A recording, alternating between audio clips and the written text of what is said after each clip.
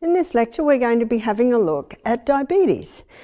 Diabetes can be conquered, and it can be conquered quite easily, whether it's type 1 diabetes or type 2.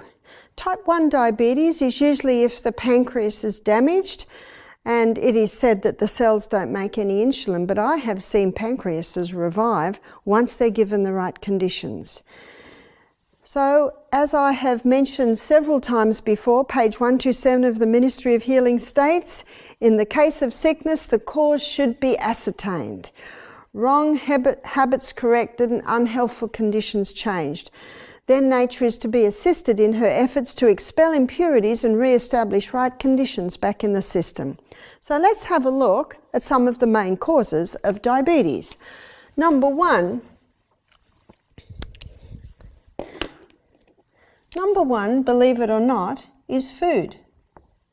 And there are some foods that cause diabetes, and there are some foods that can heal diabetes. So what I'd like to begin with is looking at what is causing diabetes. And never in the history of mankind have human beings eaten so many carbohydrates. So let's do a carbohydrate assessment. In fact, they used to be called starches, but mostly they're called carbohydrates now. And for breakfast, most people are having cereal. There's a little book called Serial Killer by Alan Watson, and this is the serial killer. And he states in that book that 93% of American children have cereal for breakfast, and 30% of the cereals are sugar. And by the age of 3, 1 in 3 American children are obese. And I'll show you why. Also bread. Bread is a very popular food. Bread and cereal are very popular. They're just fast. They're just there. And pretzels. That's an American favorite.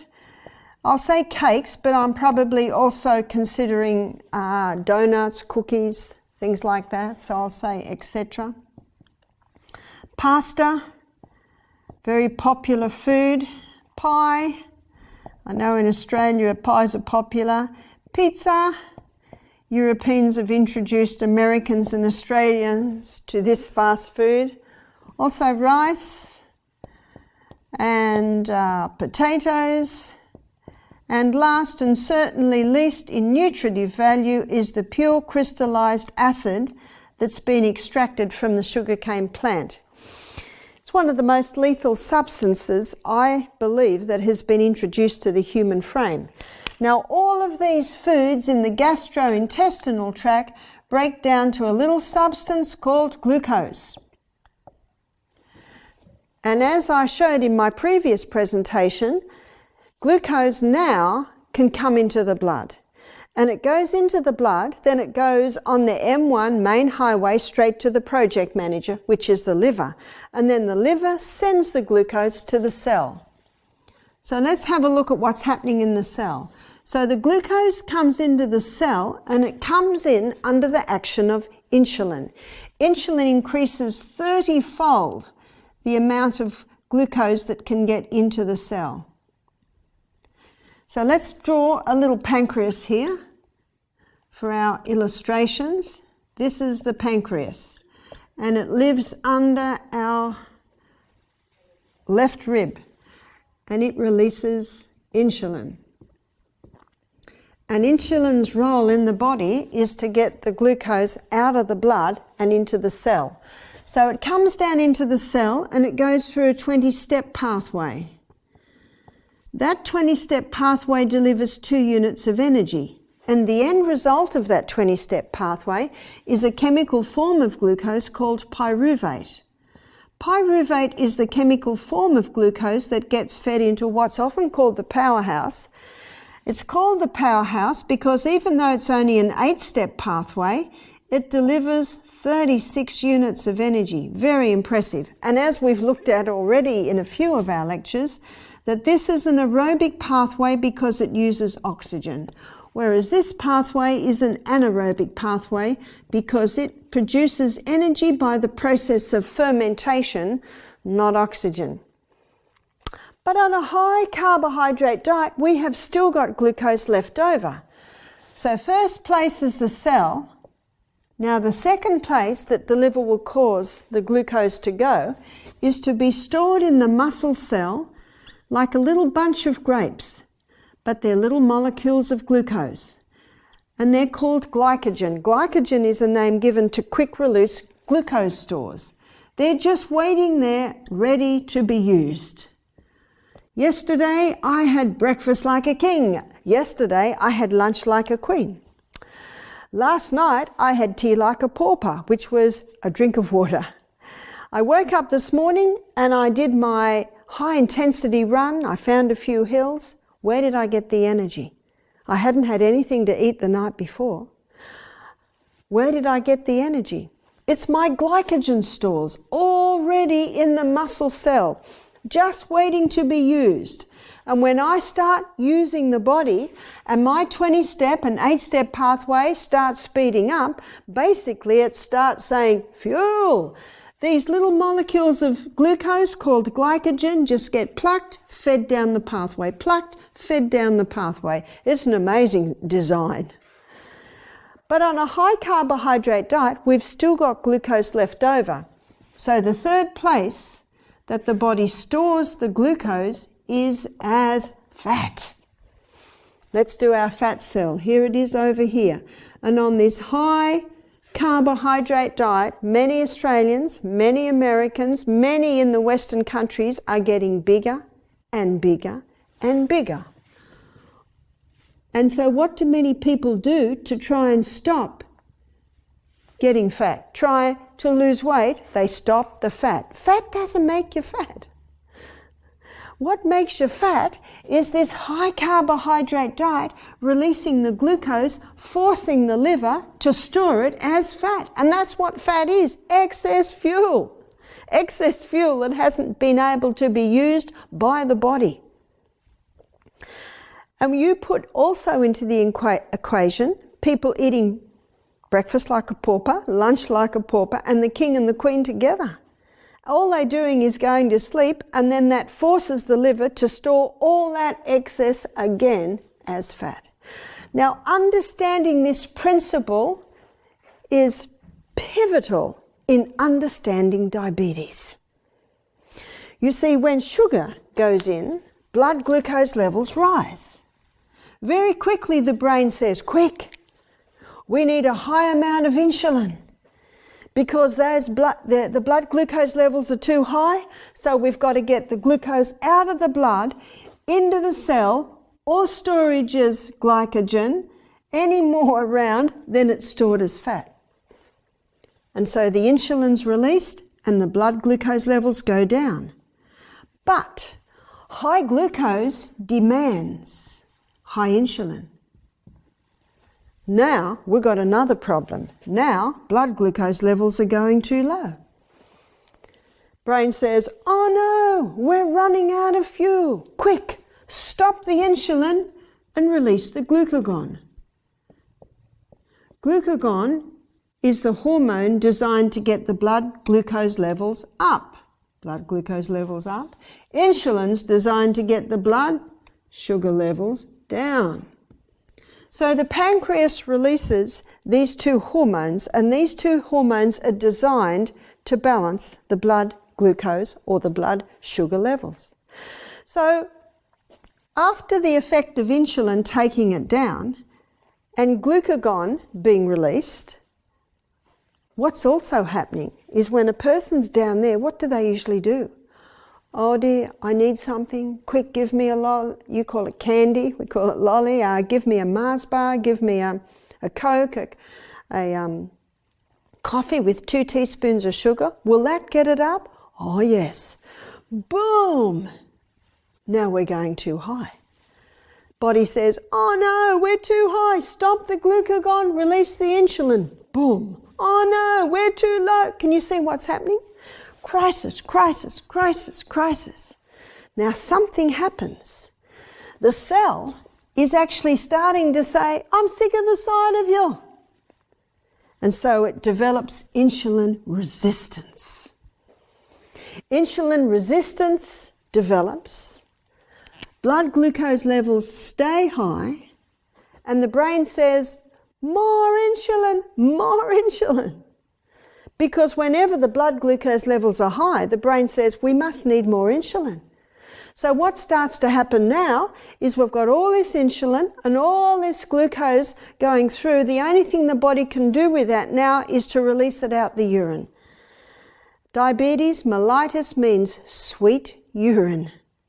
All that excess sugar is coming out via the urine.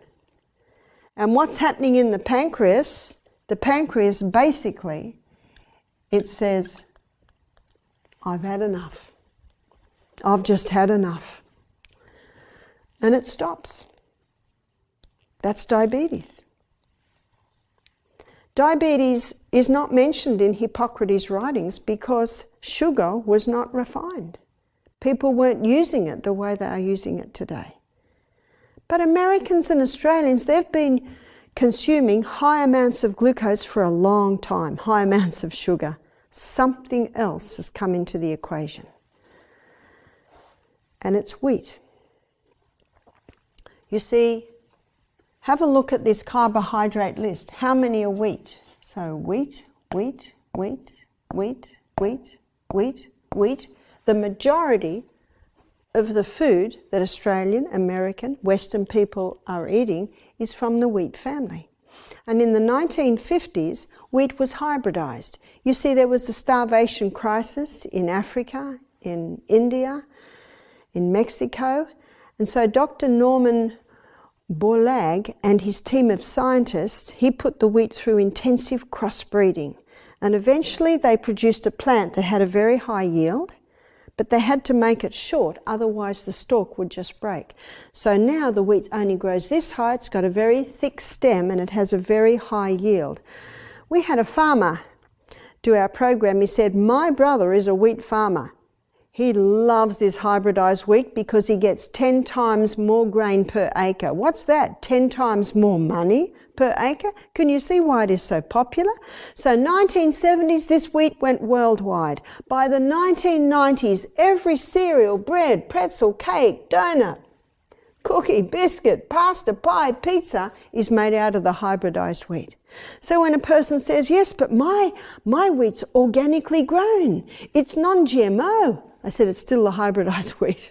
The only wheat you can buy now that is not hybridized is the original wheat, which is Enkhorn. Also spelt and kamut, they are both wild hybrids from the original Enkhorn wheat. Another strain is Emma. They're often called ancient grains. They're called ancient grains because they haven't gone through the hybridization process. But what was never addressed was the effect of this hybridized wheat on the human body. Now, in a previous lecture, I showed you how it changed the gluten or the protein structure. What I'd like to look at now is how it has changed the starch structure. So the starch in the hybridized wheat, we'll call it a hybridized wheat, is called amylopectin A. And amylopectin A, the starch in the hybridized wheat, it gets the blood glucose levels up very quick and very fast, even faster than sugar, as I'll show you in a minute. So blood glucose levels go up very high, very fast, and then we get this corresponding dump. Now, to give you a comparison, in bananas and potatoes, so bananas and potatoes, the starch in those foods is called amylopectin B. And amylopectin B, if you're familiar with glycemic index, it gets the blood glucose levels up fairly high. In fact, most diabetics are told, keep away from bananas and potatoes, because they do, but not as high as amylopectin A. So amylopectin B, basically it's like this. So it's not as high, not as fast, but it's still reasonably high. In legumes, so legumes are lentils, chickpeas, lima beans, black-eyed beans. It contains the starch amylopectin C. And amylopectin C has a nice steady rise and a nice steady drop. And that's exactly what every cell in the body wants, a nice, steady, sure delivery of fuel. So basically, it's like this. That's what our cells want. So this amylopectin A, which was produced in the hybridization process, it's quite a dangerous starch because it gets the blood sugar level up very high, very fast.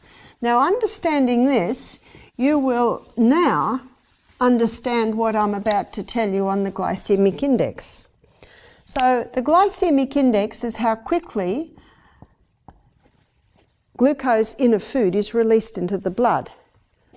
So glycemic index baseline is 55. Let me give you something to compare. Cherries,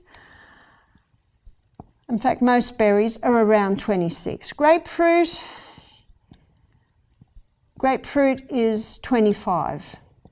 So for someone who has diabetes, this is good fruit because it gives a nice slow delivery of glucose. Diabetics are told, go for your low glycemic foods because they give a nice slow delivery. I think 50 is sweet potato. So that's why most diabetics are told to eat sweet potato instead of potato. Potato gets it up fairly high. So sugar, whether it be white or whether it be tan or whether it be brown or whether it be black, is 59 on the glycemic index chart. Now, we're not surprised at that. But your refined wheat, so this will be white bread, white cereal, white cakes, all your refined wheat, it has a glycemic index of 69. Now, have a look at that. Because of the amylopectin A in the wheat, it gets the blood sugar level up higher than sugar. The next piece of information is shocking. Wholemeal. So wholemeal wheat has a glycemic index of 72.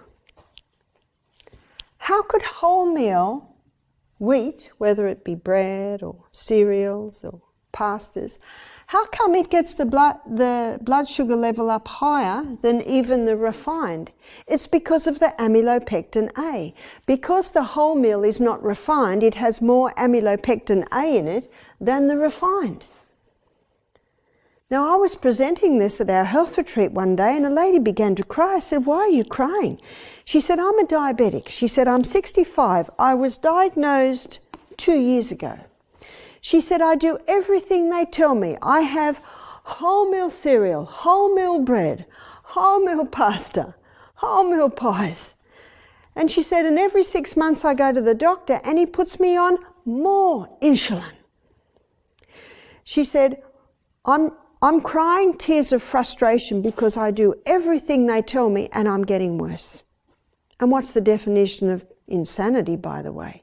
To do what you've always done and expect different results. She said, I'm crying tears of joy because you have just solved the puzzle. This explains the diabetic, not epidemic we're seeing, pandemic. There's hardly a home in the Western countries that doesn't have a diabetic in it. Sugar doesn't get off the hook. Sugar certainly gets the blood sugar rises and dumps. But most people don't realise that the hybridised wheat is one of the biggest contributing factors to this diabetic pandemic that we're seeing. Now, if you'd like to check this out a little bit more, in the book Wheat Belly by Dr. William Davis, he explains it very well and in detail. I mentioned a book called Serial Killer by Alan Watson. And remember what I said that he told in the book? 93% of American children have cereal for breakfast. 30% of the cereals are sugar. What's the other percentage? In the majority of cases, it is wheat. That's a toxic cocktail for diabetes. A toxic cocktail for the poor pancreas. 1 in 3 American children by the age of 3 are overweight or obese. Can you see why? in the book Wheat Belly, Dr. William Davis, he shows that because it gets the blood sugar level up so high, so fast, it demands that that be dealt with very quickly, and the body stores it in a form of visceral fat, mostly on the internal organs, causing the belly to protrude out, but also on the belly. In fact, in his book, just about every page is the term wheat belly. Now, this doctor has decades of clinical practice up his sleeve, and that's why he wrote his book, because he saw again and again and again. And it's often the missing link in conquering diabetes and also conquering weight. So, food. What is the best food for a diabetic? Vegetables. Vegetables are high in fibre. Vegetables are high in minerals, your healers, and vegetables are low in sugars. That's very important for the diabetic. I met a man a year ago who told me that he had diabetes. He went to a health retreat and they said, you can conquer your diabetes by eating legumes. He said, so I did. He said, every meal I have lentils or chickpeas or lima beans or black-eyed beans. And so I met him a year ago, and I think he started that 5 years ago. He has no diabetes now. So the best protein is your legumes. Just remember to soak them, just remember to rinse them well, just remember to 3/4 cook them, rinse them well, and then you can put them in their sauce, and they can have another 1 hour in their sauce. Another excellent form of protein is nuts. Nuts are so delicious, there's only one problem. There is a tendency to overdo it. So try and have 8 to 10 nuts per meal. The only nut I don't advise is actually not a nut, it's a legume, and that is the peanut, because they are commonly infected with mold. And seeds, excellent form of protein. So there's your sunflower, your pumpkin seeds, very easy to include that in a lunchbox. Also your ground flaxseed and your chia seeds. And your grains, for your grains, they are also a form of protein. The best grains are millet and oats. If someone is celiac, they're best to keep away from the oats. And if you like oats, just don't have them every day. Maybe have them twice a week. Quinoa, another excellent grain, and buckwheat. And for your breads, ideally you would go for your Enkhorn if you can get it. Your Enkhorn original wheat, spelt, and kamut. It is gluten that makes bread nice and elastic, but it is the gluten structure that has been changed and complicated really in the hybridized wheat. So these ones have a simple, less complex protein structure. And it's not, the gluten actually doesn't develop until the water goes on the protein, and that's when the gluten strands start coming out. So that's the best food, and I have seen many people conquer their diabetes by targeting this. The last one is your fats. And the best fats are your nuts, your seeds, your avocados. And the two best fats to be eaten freely, and when I say freely, and I don't know anyone that can drink a cup of oil, so when I say freely, I'm really referring to the oils, the pure oils. So that's your coconut. They are concentrated, and so they should not be overdone. But you know, a teaspoon or 2 at a meal, that's a nice amount. So there are your oils. So they're your best fats. Now that's the food program that will help to conquer diabetes. So number 2, very important to keep well hydrated. So hydration. Your pancreas cannot create those hormones unless you supply the water. Most of our hormones are largely created with water. So that's 8 glasses a day, at least, more if you perspire a lot. And with those glasses, the little bit of Celtic salt.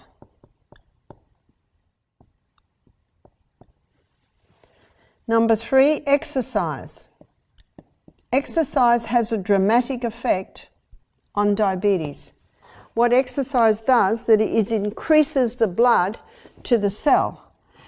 And because the 8-step pathway and the 20-step pathway are both speeding up, the cell's actually needing more fuel, so it develops extra insulin receptor sites.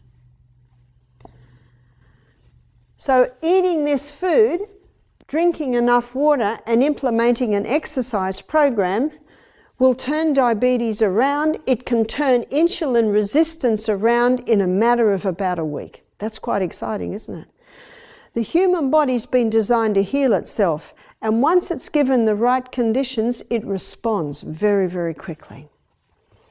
The best exercise, and I've mentioned this a few times, is high intensity interval training. It's that high intensity that produces a dramatic change in the way the cell works.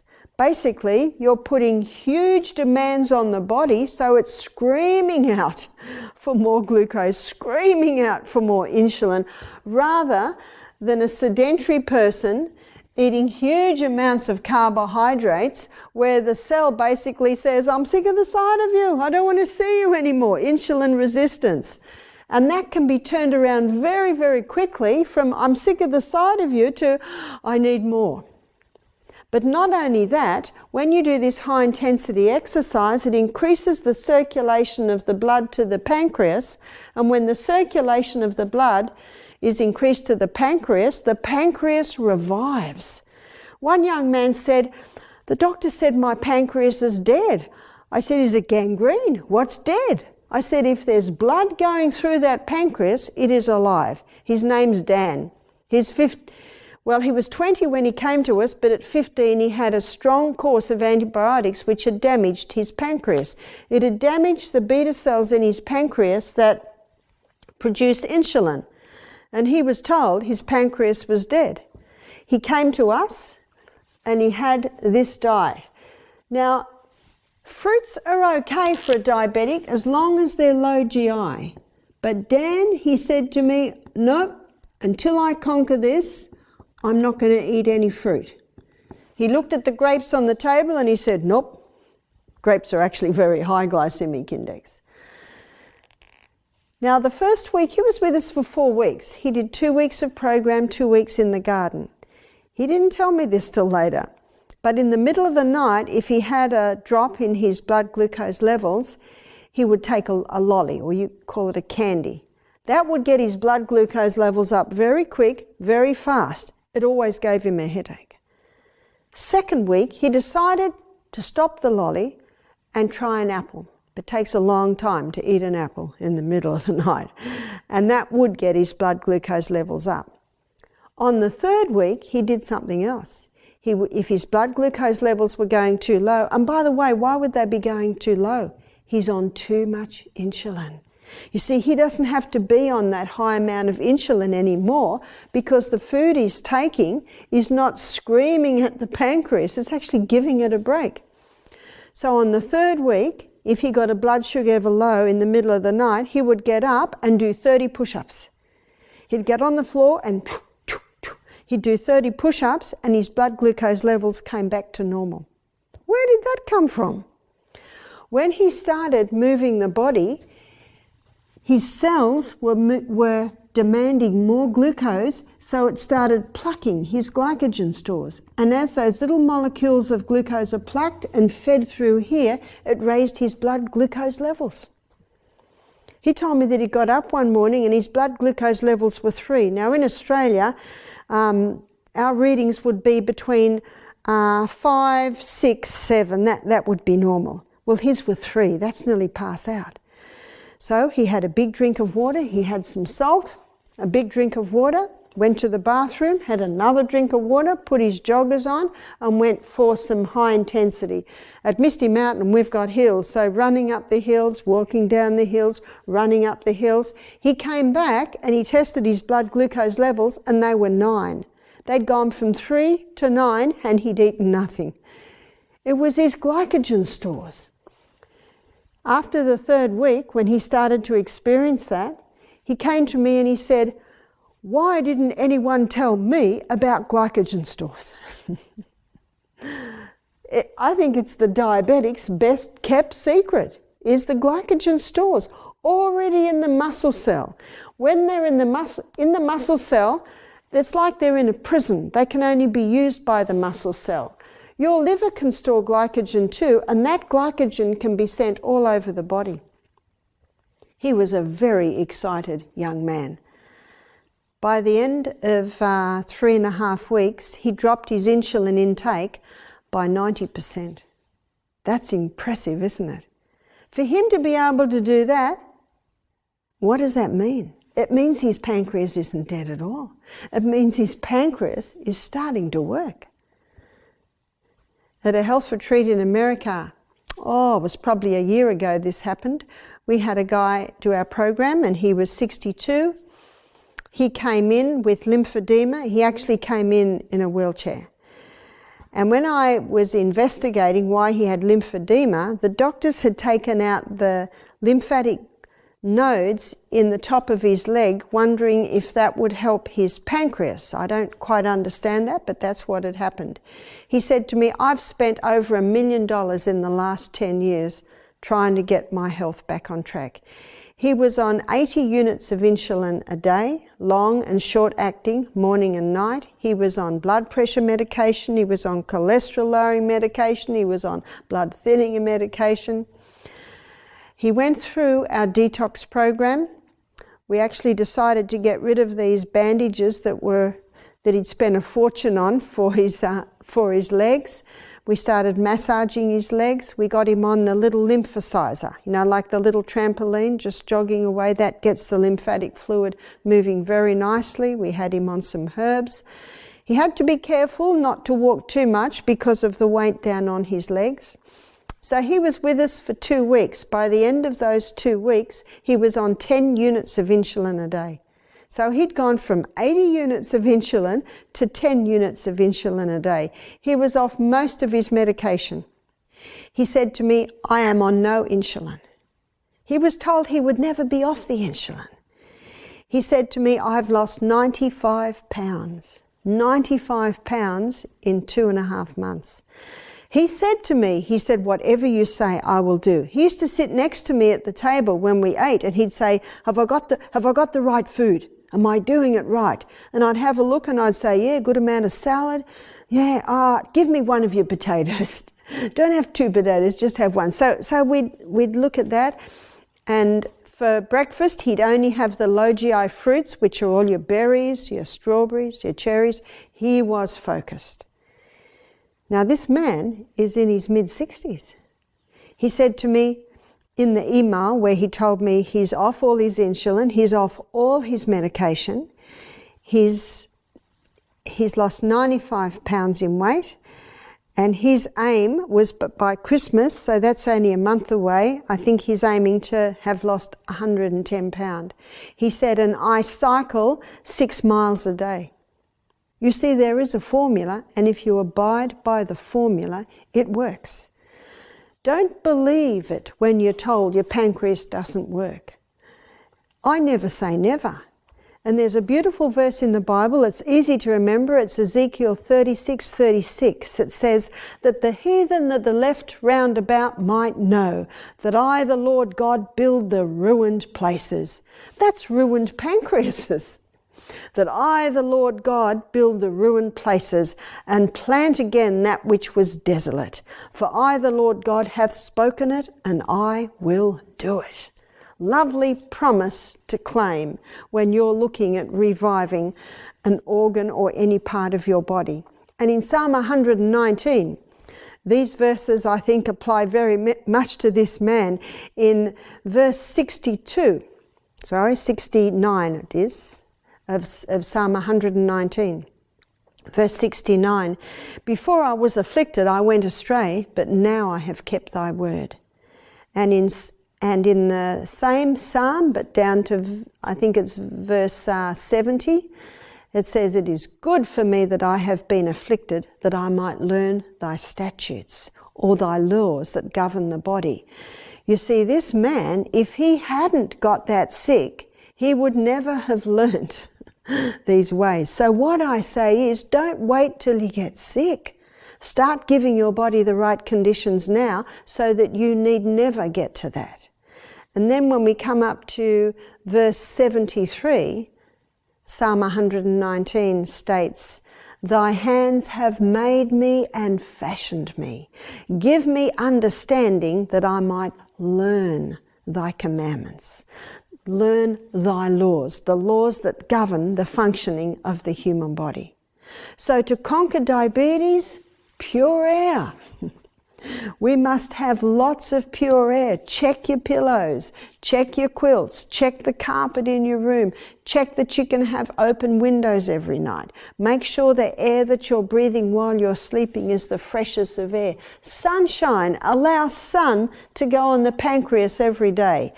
Well, we're in Vancouver, there's not a lot of sun. I saw a little bit today. As soon as you see it, run out, lift your top up. Remember, under your left rib is your pancreas. The sun penetrates very, very deep. Temperance, not taking anything into the body that will harm it and taking in moderation the good things. Number 4, no. Some things must be eliminated. No caffeine.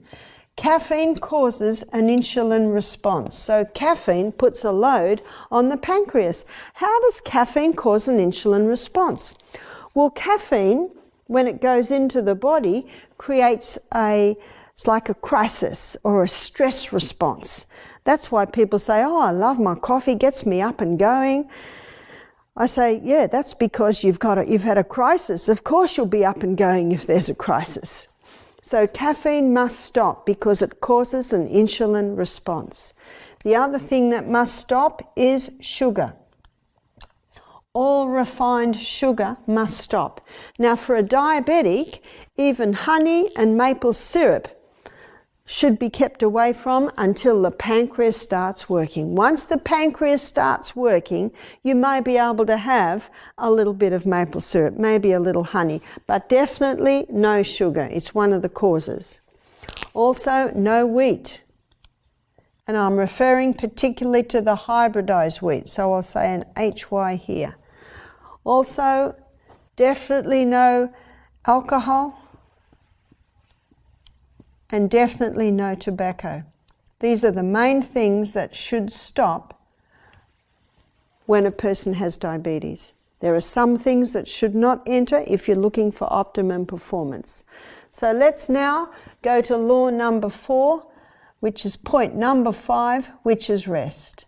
It's between the hours of 9 p.m. and 2 a.m.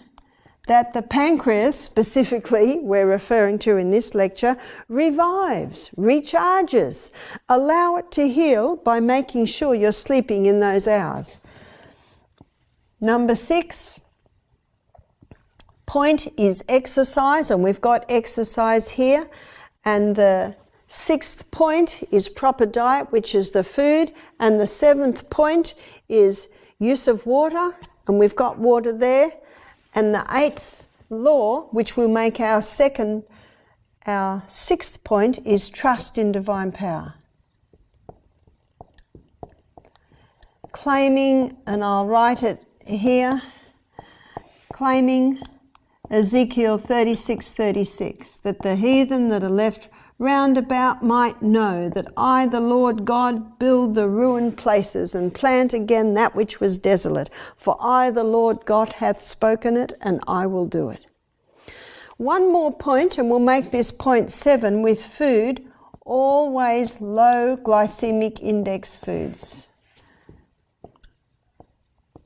This can make a dramatic difference in maintaining blood glucose levels, is going for your low glycemic index foods. And you can easily download that off the web. or most nutritionists will give you a low glycemic chart. It's not hard to get it. But I've actually given you a little bit of a brief preview. All your berries, strawberries, blackberries, blueberries, cherries, boysenberries, they're all low GI foods, and also grapefruit. So they're all your low GI fruits. And probably with your vegetables, the only one that you have to be a little bit cautious of is the white potato. Some say, what about your carrots? Well, you would have to eat truckloads of carrots to actually get the glycemic index up very, very high. At our health retreat, the first 2 days, our guests always juice.